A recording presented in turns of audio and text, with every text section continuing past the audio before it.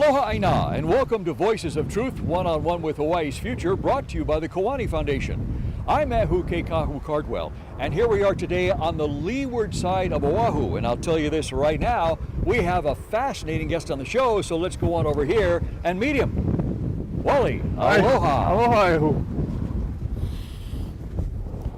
Nice to meet you. Nice to meet you. Wally Ito, did I say your name right? Yes. Great, and Wally, tell us where we are today. We are here at Pu'uloa Beach Park. Pu'uloa Beach Park. Yeah, and I used to know this as Ever Beach Park, but I found out recently that they changed the name to Pu'uloa. Wow. And this is where we come and collect and study our limu. You come and collect and study Limu. All right, now you know what Limu is, I know what Limu is, but a lot of our viewers don't know what Limu is. Explain what Limu is. Limu is the Hawaiian word for seaweed. Seaweed. Yeah. Okay, but there's not just one kind of seaweed, there's many different kinds of seaweed, yes? Many different kinds, yes. Okay, and you, Wally, have a special relationship to Limu, don't you? Yes, I've been studying Limu for the last 9 years, and I do educational outreach. I share whatever I learn and whatever stories I hear from Kupuna, I share with anybody who wants to listen. Tell us how you got involved with Limu.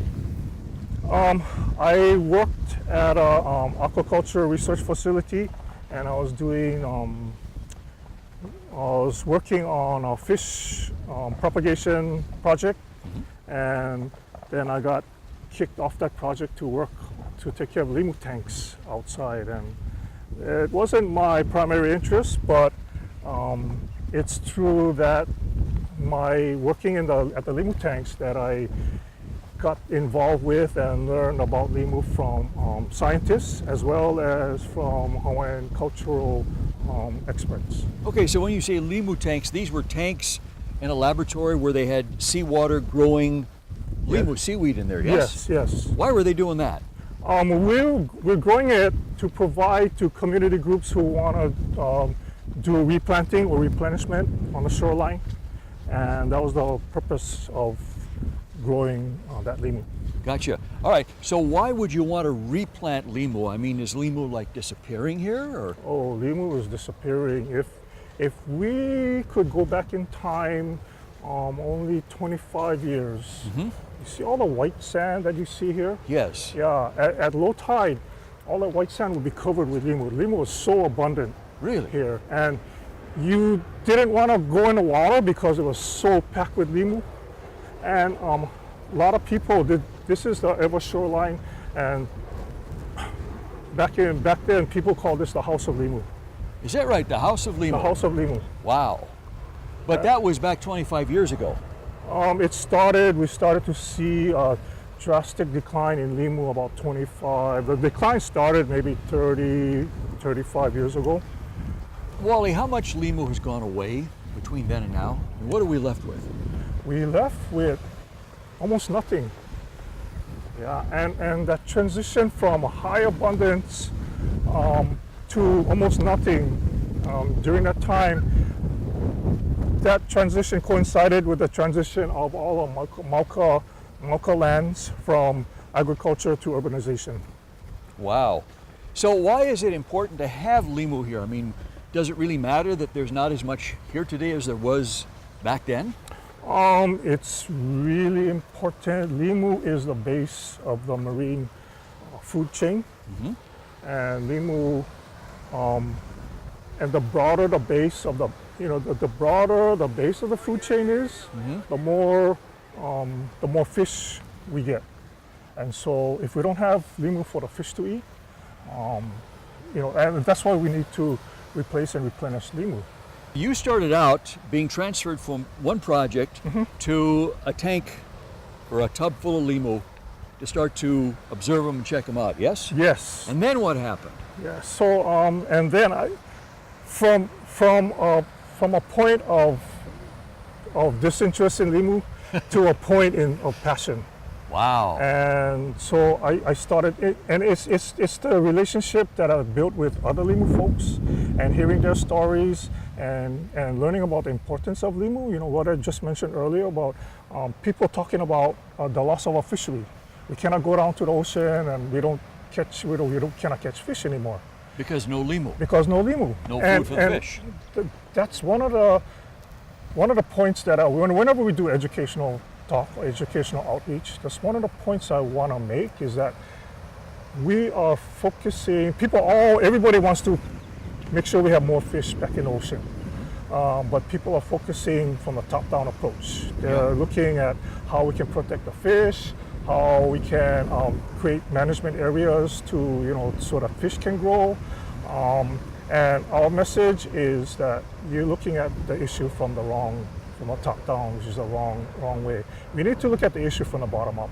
We need to build up that broad base of limu, and then each trophic level, the herbivores, the carnivores, would have more to eat, and just naturally they would come back. Okay, so if we work from the bottom up, we don't need to worry about everything above it because all that naturally happens. Yes. Wally, how long did it take you to learn all this stuff? So I got pushed off of that fish project in 2005, and that's when I started my watching and observing limu in the tanks, and so and everything just kind of grew from there. So 2005, so about 12 years. 12 years. Yeah, 12, 13 years now. Okay. And not that long, I mean, I don't want to say how old I am, but that's a short period as far as my lifetime is concerned. So there's people who have been studying it, who have been observing it all their life. So I try to identify and get to talk with them and learn from them, and that's how I build up my knowledge base. Okay, so Wally, you were working on this one project, you get pushed off of that. Next thing you know, you're looking down at a tank full of limu. Yeah. And you begin to learn about it. Yeah. But then I'll bet you that at some point, as you begin to learn more and more about it, it clicked and you went, wow, I now get what this is all about and why this is important, yeah? Yes. Tell us about that. How did that process happen? What did that feel like? Part of that process, during this time that I was working at that aquaculture research center, I actually, I went back to school to finish up a college degree. And it's in my marine ecology classes that I learn about food chains, about the interaction of all organisms. And then that's when it clicked, like, we're looking at the problem from the wrong way. We need to build up the base. It's like, when I talk with school kids, I equate that to, if you look at what's happening on land, you need this much grass to feed this many cows, to feed this many people. And so it's essentially it's a food pyramid. And so limu is the base of the nearshore marine ecosystem. So if we don't have this much limu, we cannot grow this many herbivores to feed this many carnivores to feed this many people. Right. Yeah. Okay, all right. But Wally, you just uttered the magic word a few moments ago when you said passion. Yeah. So how did this become a passion? I mean, something happened inside of you where you went, this is it, yeah? Yeah. It's mainly meeting people and talking and learning from kupuna. And The elders. The elders have they have this knowledge, generational knowledge about all the ecosystems. And when we talk about fish, everybody, all of the elders tell me that we need to bring back the limu. Wally, did you find some limu? Yeah, I found some. Really? Not a whole lot, but we got some. Let's see what you got. Oh, you got some. Look at that.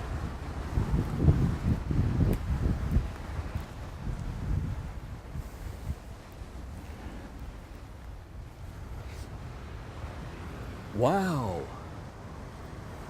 So this is a limu that Ever Beach was really known for. Which one? This one. This is This one here. Alaula, or sometimes called Vavaiole. We're trying to work with the state Department of Land and Natural Resources. One of the things we need to be careful of is the removal method. So, sometimes we need to know the reproductive cycle, how the invasive lemur disperses. And if we remove it in a manner where we might be causing more problems.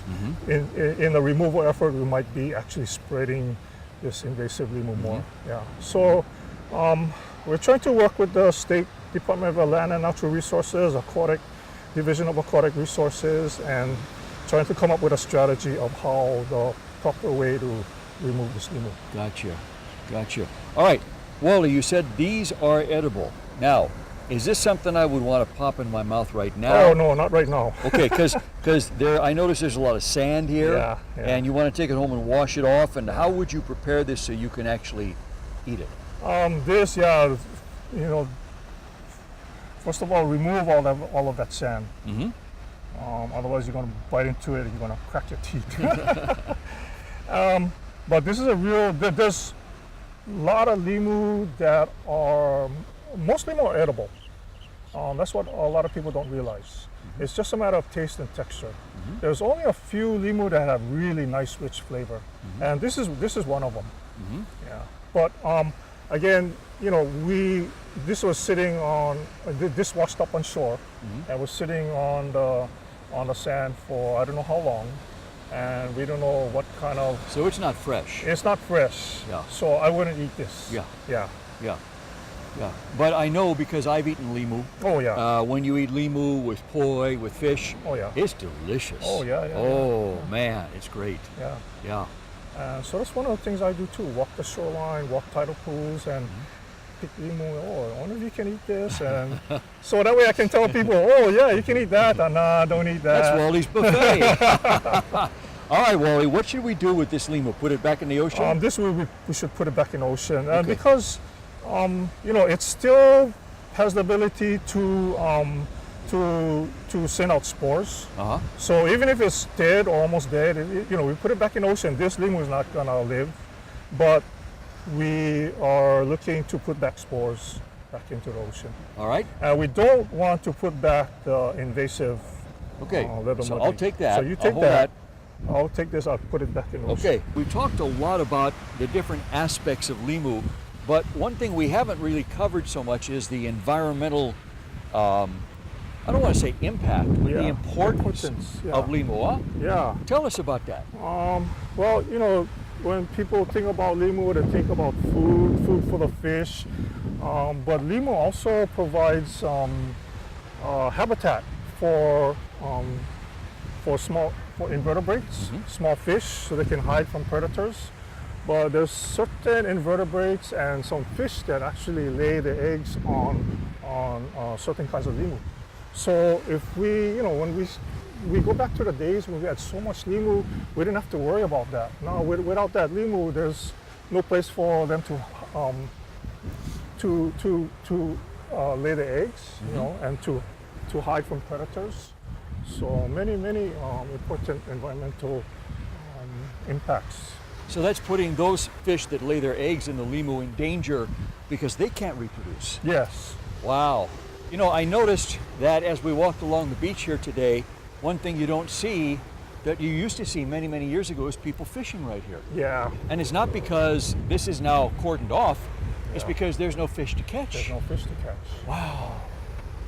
Wow. I've had that experience too. I used to go fishing at my friend's house who lived right on a beach, about a mile down.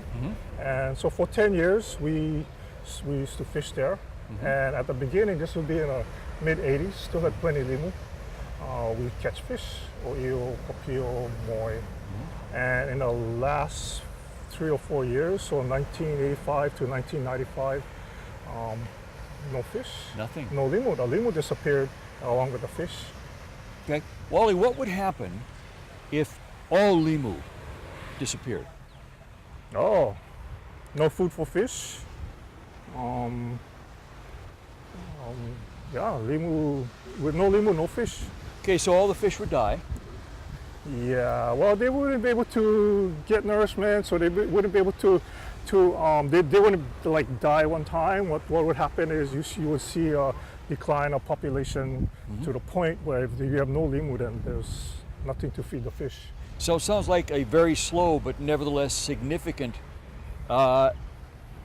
ecological breakdown, yes? Yes, yes. The systems that are in place that work so well in conjunction with each other on the planet ecologically would start to break down, die, go away, Yeah. and ultimately it would affect all of us that live on land Yeah. who depend on those things. Yes.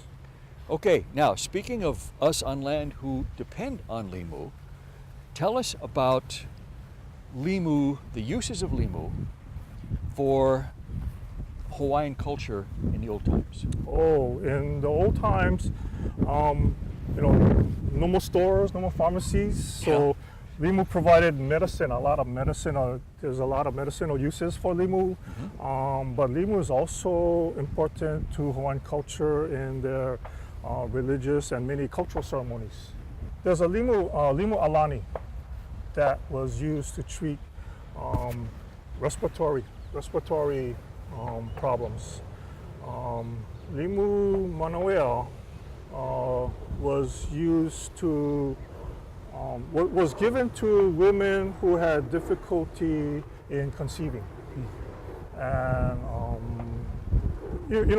when I talk about these medicinal uses, you have to go to a practitioner, a local practitioner. So a specialist in A this. specialist, yeah.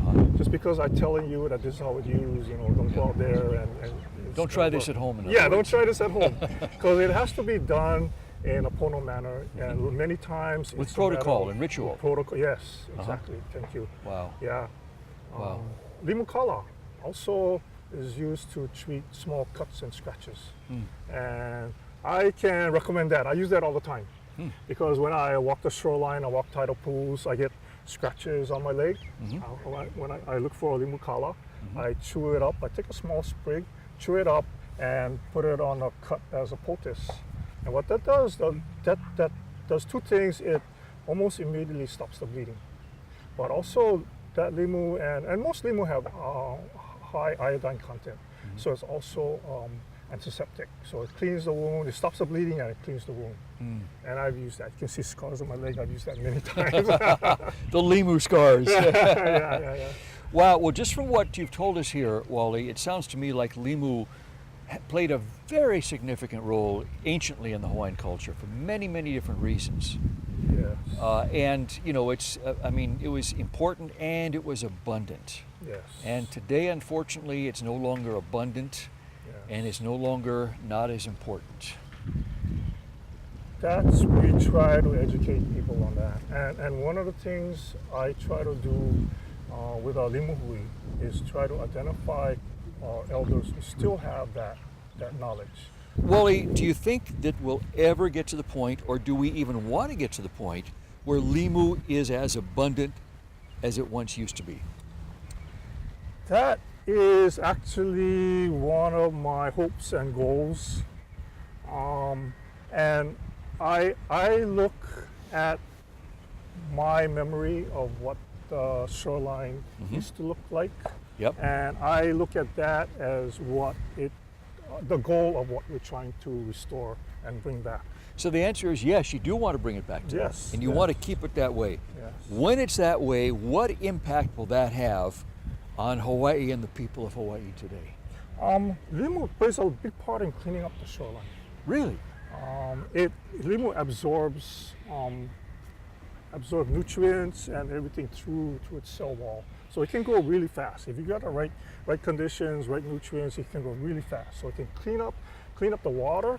But the largest impact is it's going to bring back the fish, so that we can go and we can catch our dinner. People can,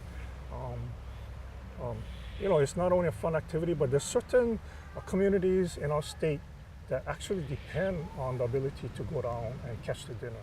Give us an example of that. Haena, on the island of Kauai. Uh-huh. They recently were able to create their own fishing rules within their own community. And the fishing rules are based on traditional practices of the multi-generations that were living in that area. And it's not keeping everybody out. It's creating fishing. The fishing rules are based upon sustainability. So if everybody follows those rules, then we're going to be able to feed our families for many, many generations. Wow. And so Haena, right now we're working on Mo'omomi. It's called a community-based subsistence fishing area. And we're right now in a rulemaking process. And same situation, following traditional Hawaiian practices. And if everybody follows those rules, then we're sure to have fish for many, many generations. Wow. And it's not about, it's many people in the community understand this, and it's not, the rules are not so much for them, it's the people who are maybe outside of the community come in, and they just ask that, come and fish because we get plenty, but everybody needs to follow this rule so we can guarantee fish for 4, 5, 7 generations from today. Okay, Wally, we've talked about the importance of limu in Hawaii, but obviously there's limu, seaweed, all over the world. Other island nations throughout Polynesia, but there's limu, when you walk along the beaches in San Francisco, in Los Angeles, on the East Coast, Africa, Europe. What do you think, how important, what significance could what you guys have learned and the rules you use now here to replenish limu, what impact could those have all over the world? Well, we wanna we wanna send a message that limu is important, and we were talking about the West Coast, the Pacific Northwest. We're talking maybe like big macroalgae like kelp. I've actually been contacted by 2 people recently, one on the West Coast, Washington State, one on the East Coast, and both wanted to talk about feeding limu in the form of kelp to cattle. And when we talk about global warming, it's the methane is a greenhouse gas. What the cows produce. Cows produce a lot of, according to research, cows produce a lot of methane. And so there's this research done by somebody in Australia that if we feed limu, put limu into the food, cattle feed, that greatly reduces their production of methane. And with kelp, it reduces like close to 80% of methane production. Wow. This person on the East Coast, he contacted me and he wanted to know about limu kohu. Well, he called it by the scientific name Asparagopsis taxiformis. He said research was done to show that if limu kohu was put in cattle feed, it reduces by over 90% of the methane gas. Wow. And so limu might, save the world from global warming one day. Wow, that could actually be the answer. Yeah. Wow. Wally, Voices of Truth one-on-one with Hawaii's Future airs not only throughout Hawaii, but it airs around the world. And I bet you somebody's watching you and me right now who's living maybe on the other side of the world. They live pretty close to the beach like we are here right now. And they go, my goodness, we're having seaweed, limu problems right here. Our beach used to be abundant with it and it's no longer abundant. What advice would you give them? The advice is, what we realize in Hawaii is that what happens mauka. In the mountains. In the mountain, from the top of the mountain, we follow the water, and it's ensuring that the water stays clean and not getting all silty, and don't put pollutants in the water, because what happens with that water from the top of the mountain to the shoreline greatly affects limu. So the water comes from the mountains, Mauka, down to Makai, to the water, to the ocean. Yes. And to make sure that that stays clean. That stays clean. So it doesn't poison the limu. Yes. Wow. Wally, what an amazing story about limu. Mahalo for telling us all about the importance of limu anciently in the ancient Hawaiian culture, but also the importance today. It's amazing. Don't stop what you're doing. Keep doing what you're doing, because when we come back to the beach here, we want to look down here and see limu, limu, limu everywhere. So keep up the great work. We appreciate it. Thank you. Thank you, and thank you to our viewers. Mahalo to you for joining Wally and me here at the beach. Remember, you can watch us on the web 24/7 on voicesoftruth.tv.com, and you can like Voices of Truth One-on-One with Hawaii's Future on Facebook. I'm Mehu Keikahu Cardwell for the Kiwani Foundation, along with Wally Ito here, and until next time, ahui ho!